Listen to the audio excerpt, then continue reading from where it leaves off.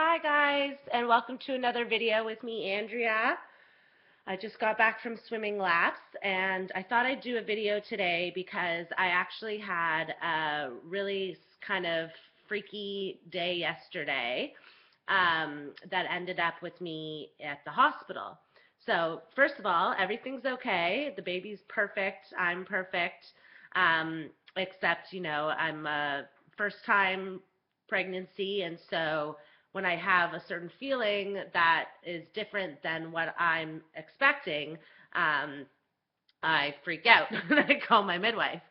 So yesterday I went for a really long power walk, and I went much faster and much more like intense than I have been throughout my pregnancy.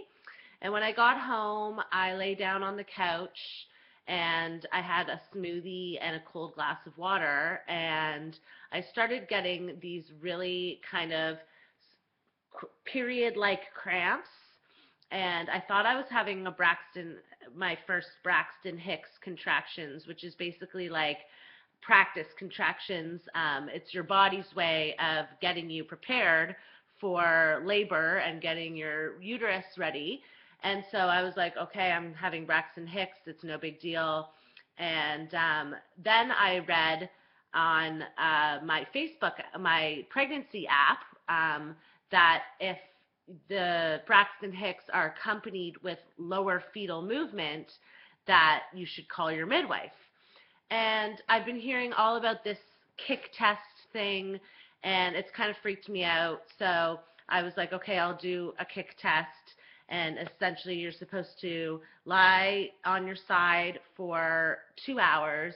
And if you get anything less than 6 to 10 kicks, you should call your midwife.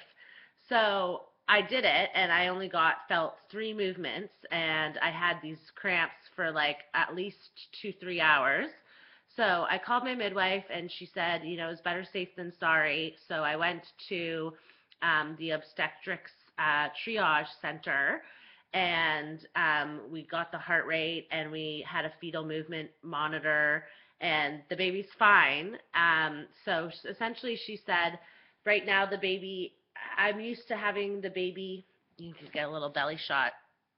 I'm used to having her down here, and when I feel her move, it's coming really strong movements out here. And now she's flipped, so she's up like this, going up and down, and her movements are more internal. They're more like up here and kind of down here. So the cramping was caused by me going so hard on this walk, and my muscles kind of being like, whoa, like you haven't exercised like this in a really long time. And the lack of movement was just her switching positions and me not really feeling the movement that I'm used to feeling. So everything's fine, and she checked my cervix, and it's, way up there, way tight. I'm 29 weeks now, so she'll start doing more cervical checks as I go to my appointments throughout my 3rd trimester. But everything's okay. So, I think as first-time moms are going through a pregnancy for your first time, or maybe every time, you don't know what's normal. You don't know what you're supposed to feel. You don't know if you feel something, you're like, oh my God, you question every feeling your body has, like if you're peeing too much, you're like, oh my God, is something wrong with that? If you have a bowel movement that's off, you're like, oh my God, what's that? Like you kind of get really paranoid. And the internet is like the worst thing ever for first-time moms and first-time pregnancies, because you go on and you say, okay, I'm having cramping and I'm less movements, and everyone's like, call your midwife, and it like freaks you out, Whereas I knew I felt off, and I wanted to trust my body, but I was not freaking out. I was like, probably, she's just having a long nap in there. I've made it nice and cushy and comfortable for her, as you can see. So she's just like, oh, this is a nice squishy house that I live in. and I'm going to sleep all the time and freak my mom out. So we know we're okay.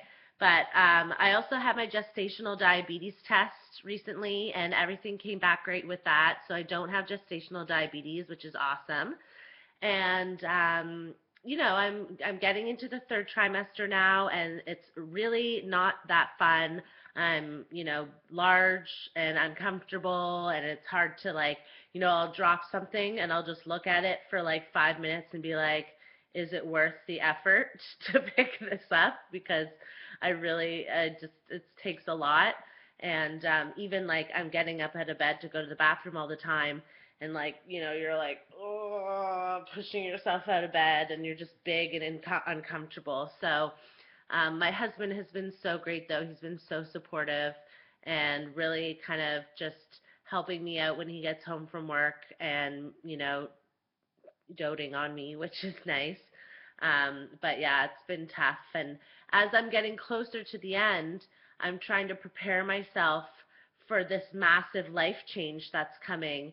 And how do you really prepare yourself for motherhood and for birth? It's just this massive unknown thing that's coming at you. And I have so much experience with newborns and with infants, but I don't think anything can prepare you for how your life is going to change when you become a parent. So I'm just trying to remind myself that there's being afraid and being nervous isn't going to solve anything, and I just have to hope for the best and take good care of myself and my body and my mental state.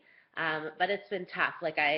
I've been up some nights till 4 or 5 in the morning, just going through my head about all the different things that could happen, and it gets scary. But like I said, there's nothing that the fear can do to help me.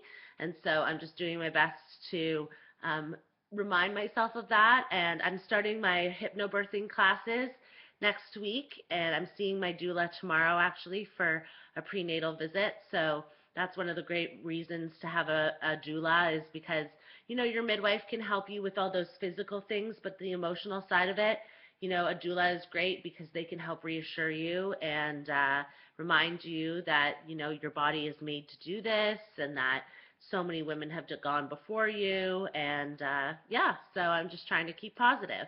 So that's a little update from me. And I'm probably going to do a video again soon about vaccinations. I've gotten a lot of questions about vaccinations, and I just want to quickly comment now that I do plan on getting my children vaccinated. And I know it's not vegan, unfortunately, because these medications are tested on animals, and some of them actually contain animal byproducts. But I believe, the definition of veganism is to abstain from animal exploitation as far as practical. So, for instance, had a if you had needed brain surgery, and you got this a surgery done, that surgery was first tested on an animal. But you're not going to say, no, I'm not going to get brain surgery to survive because I'm vegan. Or maybe you would, but I wouldn't. And so you do your best, but you can't avoid animal exploitation in this world in every way. And I believe, after doing a lot of scientific research, that vaccines are something that should be done and are necessary for the safety of our society. So that's just a brief explanation. In my next video, I'm going to go into detail about how I came to that conclusion, and it might be a little bit controversial depending on how you have looked at vaccinations, but I can only share what I've come to know through my research, and that's all I got, right? So anyway, I hope you guys have a great day, and I'll post that video about vaccinations soon because I know a lot of people are interested in seeing it. Have a great day.